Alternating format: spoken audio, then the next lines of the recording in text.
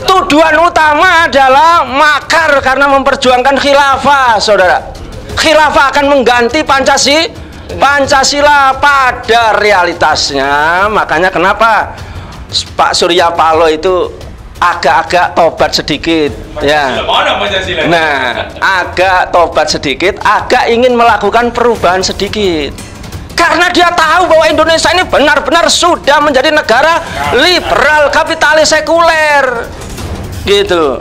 Yang kedua barangkali dia kuenya sedikit, nah, gitu ya. Nah, dia mau melakukan perubahan dan itulah yang dilakukan oleh Hizbut Tahrir, dan tidak ada solusi yang lain kecuali adalah solusi berasal dari Allah Subhanahu wa Ta'ala.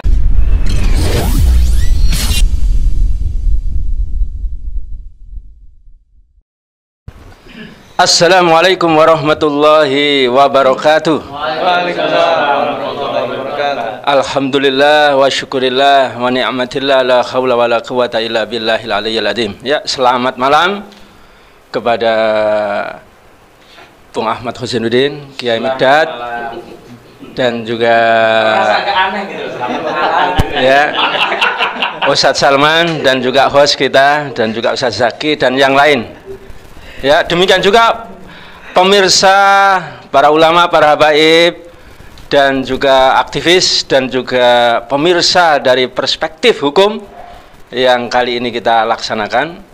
Ya, catatan penting yang disampaikan oleh Bung Ahmad Husainuddin tadi adalah terbongkarnya politisasi hukum dan kriminalisasi. Nah, ini luar biasa ya. Nah, pada kesempatan ini akan saya tambahkan juga terbongkar juga adalah politik demokrasi oligarki. Ya, saudara-saudara sekalian, kalau kita lihat dengan penangkapan dari ya Menteri Menkominfo Johnny G. Plate ini ya, maka ini menunjukkan bahwa sangat terang sekali adanya arah politik itu sangat dikendalikan oleh oligarki. Ya, ini luar biasa. Yang pertama, kalau kita lihat, kita runut kasus yang sebelumnya. Ya, bagaimana ketika Golkar ketika itu tidak mau mengikuti arah dari Jokowi. Maka ketika itu hampir pecah Golkar ini. Akhirnya merapatlah ke Jokowi sehingga amanlah dia. Dapat menteri malah. Dapat menteri. Demikian juga P3. Ya. Nah, semuanya ini adalah untuk melindungi kepentingan rezim Jokowi. Yang rezim Jokowi ini tentu adalah untuk mengamankan kepentingan oligarki asing dan asing. Karena ketika itu yang oposisi semuanya itu ingin melakukan perubahan sedikit saja dari kerakusan rezim Jokowi yang sudah terang-terangan mereka itu melayani dari oligarki asing dan asing.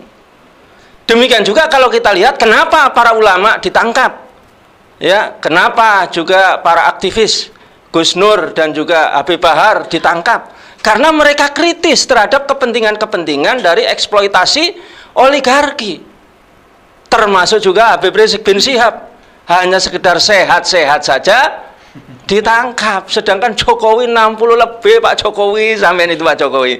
Ya Allah, mosok, ya Allah, ngibulnya keterlaluan itu Pak Jokowi. Ya. SMK 6.000 inden. Nah, demikian juga kalau kita lihat HTI dan FPI, sebagaimana yang diceritakan, sampaikan oleh Bung Ahmad tadi, itu sama sekali tidak ada kesalahannya sama sekali. Namun kemudian tidak diberikan SKT. Kalau Hizbut Tahrir dicabut badan hukumnya dan tidak ada kesalahan sama sekali. Kenapa ini terjadi? Karena kritis terhadap ya eksploitasi atau penjajahan dari oligarki asing dan asing. Nah, ini nyambung semua. Semua yang kritis, semua yang ingin menyelamatkan negeri ini pasti akan dikriminalisasi atau dipolitisasi hukum. Harus nurut semuanya kepada rezim Jokowi. Maka benar yang dikatakan oleh Pak Mahfud itu 92%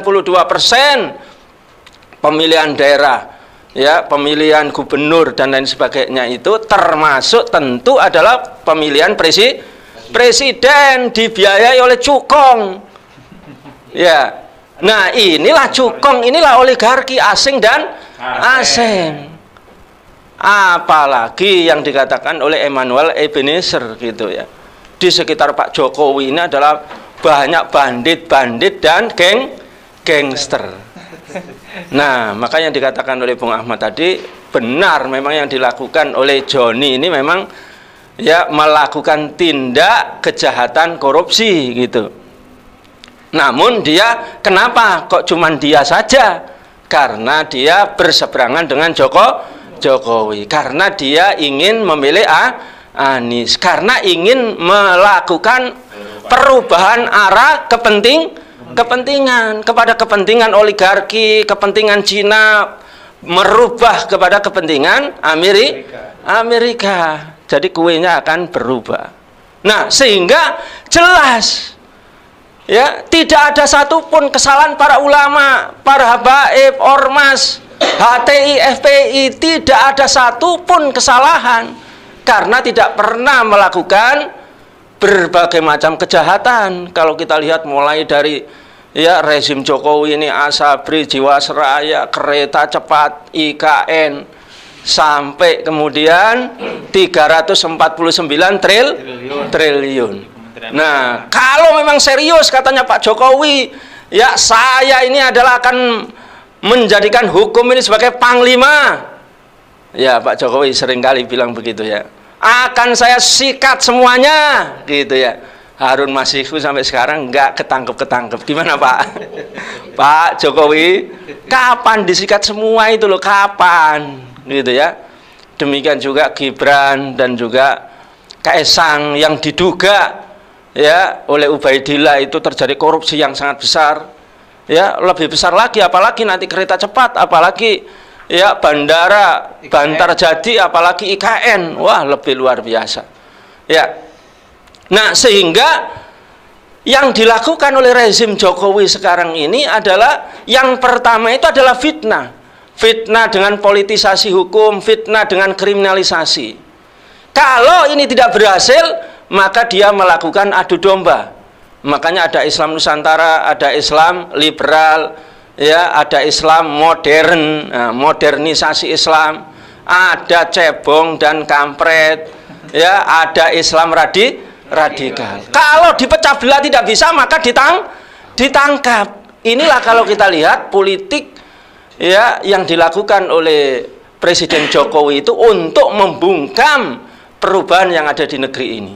Sehingga tuduhan kepada Hizbut Tahrir itu adalah radikal, benar atau tidak? Tidak. Ya, tuduhan kepada FPI itu adalah akan melakukan makar, betul tidak? Tidak. Tidak, berarti itu hanya menakut-nakuti saja alias ghosting, saudara. Nah, kalau ini hanya menakut-nakuti saja atau ghosting, kaum muslimin ini takut atau berani? Berani. Maju atau mundur? Maju. Lawan atau menyerah? Lawan. Nah, itu seharusnya saudara. Takbir. Itu yang pertama, ya. Jadi sudah terbukti. Tadi baru pertama ya. Ya. Nah, yang kedua, yang terakhir. Ya Allah, ya. Luar biasa ini. HPI dan FPI ini tidak ada kesalahan sama sekali. Seperti yang dikatakan oleh Bung Ahmad tadi ini, secara partai-partai dipecah belah, ya justru dia yang dipecah belah, saudara, gitu loh ya kan? Korban pemecah belahan. Jadi semua dipecah belah ya, Golkar dipecah, P3 dipecah, Demokrat dipecah, Nasdem, HTI juga dipecah juga. Demikian juga apakah Hizbut Tahrir dan FPI suka membubarkan ormas yang lain, saudara? Tidak. Suka membubarkan pengajian? Tidak. Justru dia yang dibubarkan, saudara. Betul tidak? Betul. Jadi tidak ada kesalahan sama sekali. Jadi ini adalah ghosting, saudara. Hanya menakut-nakuti saja. Nah, ini yang terbongkar. Justru yang dijelaskan oleh Bung Ahmad, Hizbut Tahrir ini secara hukum ini sangat sangat taat hukum. Ketika dia dibubarkan, dia memilih menjadi organisasi tanpa badan hukum. Dan ini dikuatkan oleh putusan MK nomor 82 tahun 2013. Sah. Namun dia tidak diberikan bantuan dan pelayanan sosial menurut putusan MK. Mereka itu taat atau tidak? Mereka masih menggarong enggak ada. Mereka itu mencari swadaya di tengah-tengah jamaahnya sendiri, atau paling jauh kaum muslimin yang ikhlas. Coba itu saudara, tidak ada melanggar sama sekali. Secara hukum clear saudara, maka sah. Makanya para pejuang, para aktivis, para pemimpin FPI dan Hizbut Tahrir harus terus maju, terus berjuang, terus terus kritis dan siap mengusir penjajah oligarki asing dan asing. Yang kedua saudara, ini tidak main-main Hizbut Tahrir dan HTI saudara. Ini yang terakhir, tapi bab yang kedua saudara.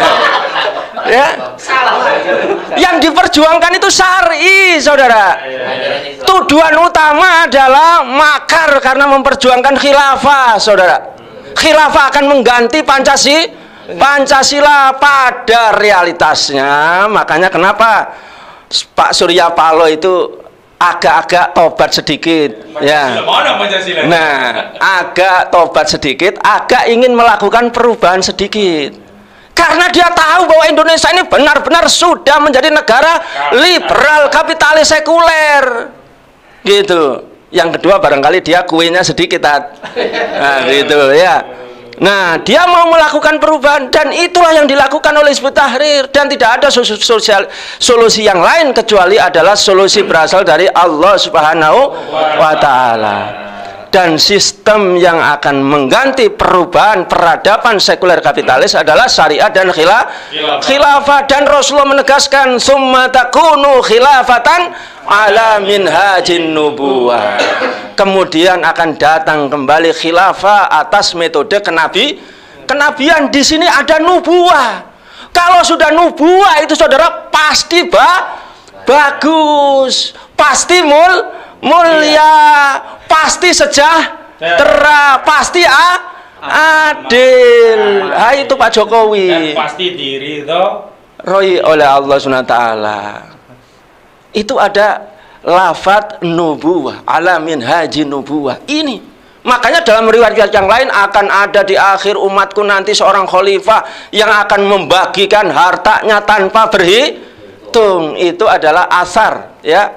Itu adalah janji ya dari Rasulullah bisyarah bahwa nanti akan ada khilafah yang sangat kaya raya, yang dia itu sangat dermawan saudara. Nah, ini secara hukum saudara dan secara syar'i telah terbukti, telah terjamin bahwa HTI dan Hizbut Tahrir itu terbukti, HTI dan FPI itu terbukti dia itu memiliki landasan yang sangat kokoh, bisa dipertanggungjawabkan dunia dan akhirat, intelektual dan wahyu saudara. Yang ketiga terakhir saudara sekalian, nah juga bisa dipertanggungjawabkan perjuangan HTI dan Hizbut Tahrir ini adalah secara historis dan secara intelektual bisa dimintai pertanggungjawaban. Bahkan kalau diadu juga siap juga ya. Adu sama Nasdem. Adu sama Nasdem siap ya. Dipanggil sih siap. Adu konsep. Nah, maka seperti yang dijanjikan oleh Allah SWT dan Rasulnya tadi akan datang kembali ya, peradaban syariah dan khilafah yang mulia, yang agung, yang dermawan, yang sejahtera dan adil tadi. Itu salah satu contohnya saudara sekalian. Kekuatannya adalah minimal ada dua ya. Yang pertama adalah nanti keadilan itu ya dasarnya itu adalah asya dari syar'i, kedaulatan di tangan hukum syara. Artinya undang-undang sekarang ini kenapa tidak adil dan sangat korup, sangat rakus sekali, karena undang-undangnya sesungguhnya dibuat oleh oligarki penjajah. Itu sudah pasti rakus saudara ya. Sedangkan di dalam Islam itu undang-undangnya dibuat oleh Allah yang gratis, tidak usah beli, ya, alias Allah SWT inilah kalau dimintai akan kesejahteraan dia akan jamin, dimintai keadilan dia akan jamin, dimintai kemuliaan akan jamin, dimintai persatuan yang hakiki juga menjamin. Nah, itu yang pertama, saudara. Yang kedua adalah luar biasa ini ya, salah satu APBN yang ditawarkan oleh ya Muhammad Ishaq dari peneliti ya, peneliti fakta, saudara, yang menyebutkan bahwa kalau dikelola dengan APBN syariah, saudara, ya, maka ya ini tidak dihitung dari kharaj, dari faid, dari ghanimah, jizyah, tidak. Itu yang pertama. Yang kedua dari zakat mal tidak dihitung, saudara. Ya, kekayaan alam saja ini. Ya. Nah, dari kekayaan alam yang 6 itu saja, saudara. Itu yang pertama, gas, saudara. Ya, produksi dan kebutuhan sekitar 62,4 triliun kaki kubik. Keuntungan bersih sekitar 189 triliun. Batu bara kebutuhan dunia, saudara, yang bisa kita produksi 37 ya, sekitar 37 miliar ton, saudara. Pendapatan bersih 3.000 triliun ini, Bung Jaka. Batu bara ini. Ya, emas, saudara, sekitar produksinya 2.600 triliun. Ini Bung Ahmad. Ya, maka pendapatannya bersih 56 triliun. Nikel, saudara, produksinya 72 juta ton. Ya, 229 triliun. Hasil hutan 1 miliar hektar. Ya, keuntungannya sekitar 1.000 triliun. Hasil laut ya sekitar produksinya 1.333 miliar US dollar. Ya, keuntungannya sekitar 1.889 triliun. Hampir 7.000 di total sekitar 7.000 triliun lebih. Padahal APBN kita ini cuma sekitar 2.900, ya taruhlah sekitar 3.000 lah. Masih 4.000. Ya, luar biasa. Mantap atau tidak? Mantap. Nikmat atau tidak? Nikmat. Nah, berarti kalau HTI dan Khilafah itu, HTI dan Hizbut Tahrir itu radikal, saudara, bener atau salah? Salah. HTI dan FPI itu memecah belah, bener atau salah? Salah. HTI dan FPI itu makar, saudara, bener atau salah? Salah. Takbir. Allahu Akbar. Takbir. Allahu Akbar. Assalamualaikum warahmatullahi wabarakatuh. Demikian catatan kami dari kami, Bung Jaka. Siap.